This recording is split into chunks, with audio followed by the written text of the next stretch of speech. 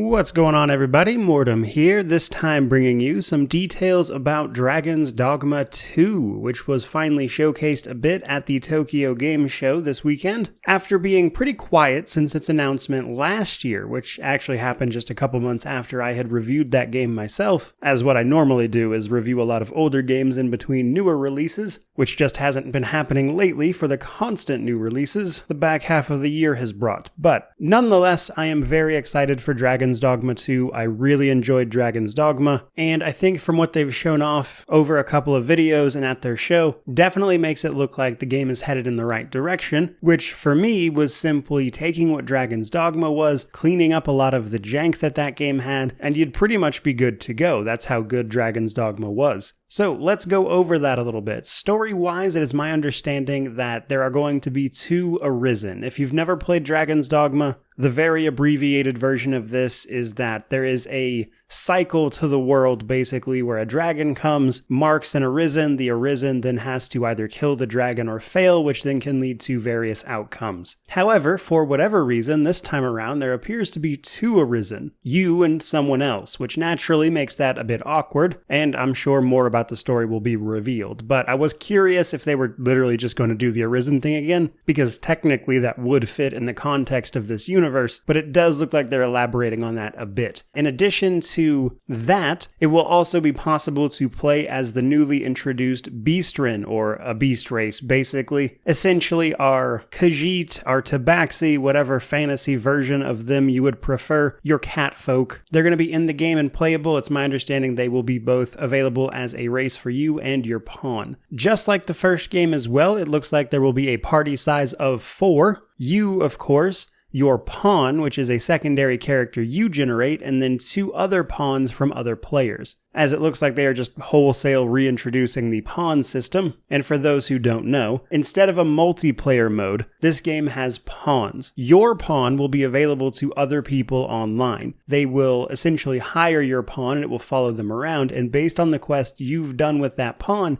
it can help them on their adventure. So the adventures you go on and what your pawn knows as a result in terms of how you fight or the quests you've done, it can then give that information dynamically to the person playing with your pawn, which is a really cool system that they are again just bringing forward, and it will work apparently much the same way. Naturally, your pawns can also be human or beastren. There's going to be 4 classes to start out with. Your standard mage, fighter, rogue, or archer. They do pretty much what you'd expect. These are starting classes and can be changed later into your advanced classes or advanced vocations. They gave a few examples here. Magic Archer was my personal favorite, as what they showed off of that one was very cool. Again, very similar system to the first game. Basically, as you level up and play with certain classes, you can unlock more advanced versions of them that mix up the play style and decide the abilities that are available to you, and then in combination with the pawns you're using, makes up your rough approach to combat. Now, one interesting thing that they didn't necessarily elaborate on much was the mage in particular. A unique thing about Dragon's Dogma was the ability to have mages combine their spellcasting to produce larger effects. They showed off some of the mage spellcasting that seems to be the same way it worked in 1, so I'm assuming they probably brought that forward as well, and Dragon's Dogma had a really cool spellcasting system thanks to that sort of combination of other mages joining in on the spell, but we'll have to see if they make any tweaks or alterations to that in the future. Now, when it comes to combat, they obviously wanted to show people that they're bringing back the scaling enemies. One of the, I would say, hallmark features of the first game as well was the ability to jump on and climb enemies to reach their weak points, and in the trailer they show us jumping onto ogres, getting onto the back of a griffin, etc. They also talked about how this can play into the environment. They give an example of an ogre falling over a ledge and then your character's using it as a bridge, basically. And then they show a bit of gameplay where a character throws a explosive barrel at what is effectively a dam that then washes away an ogre, implying there's going to be all sorts of environmental effects to the gameplay. And I like what I saw there, but it really just depends on how often that comes up, if it's scripted, if it's more of a dynamic thing, etc. So we'll have to see, but the idea is certainly there, and I think that could add an interesting way to deal with some of the larger enemies that you would normally be climbing on, etc. But definitely cool to see. Now, where things get, I would say, much more interesting for me personally is when they started talking about the nations and some of the environments. The first game was a relatively small map. The second one is going to be something like 4 times larger than the first games, and the new game here is going to have a map split between 2 nations, Vermund and Batal. Vermund is effectively the nation from the first game. It is where the Arisen rules if they manage to kill the dragon, and Batal is a new area that the Beastren occupy, effectively where they're from, whereas Vermund is forests and rolling plains, Batal is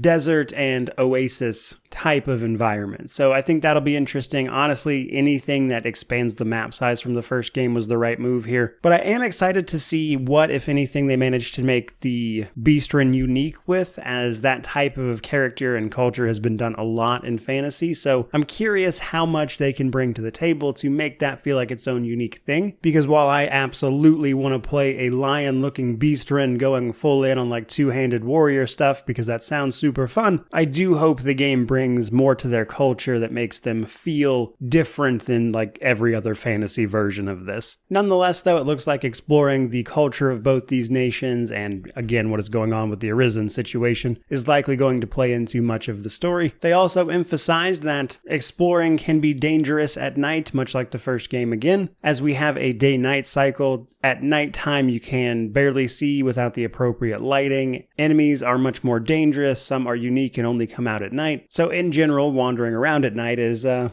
daunting prospect. However, you can camp out in the wilderness, and that kind of thing, combined with some side quests as you move through various areas, I think has the potential to add some interesting dynamic encounters to the world outside of just the kingdoms and where they are. Which is good, because in the first game, side content was a bit lacking. So I think if they can flesh that out, again, the game would be all the better for it. And I mention that in particular because they sort of wrap the showcase up by mentioning that choice and consequence is going to play into it here. They mentioned wanting people to be able to play through it and have 2 separate playthroughs that were very different from each other in terms of choices that were made, implying, of course, that there will be consequences and unique playthroughs, but they didn't go into a great amount of detail on that, so it's hard to say. As it stands, we still don't have a release window for Dragon's Dogma 2, but given the fact that it was playable at this game show, the gameplay that they showed off seemed to be pretty far along in development. I would personally speculate 2024. Whenever it releases, however, the game will be coming to pretty much the current generation of hardware, PS5, Xbox Series X and S, and PC, of course. And when it does, you can certainly expect a review from me, as, again, I'm pretty excited for this one. However, that's pretty much going to do it for today, so I certainly hope you enjoyed the video. If you did, like, comment, subscribe, all that YouTube jazz. Let me know how you feel about these initial details down below. But regardless of all that, truly, just thank you so much for watching. I really do appreciate it. May you wander in wisdom and have an amazing day.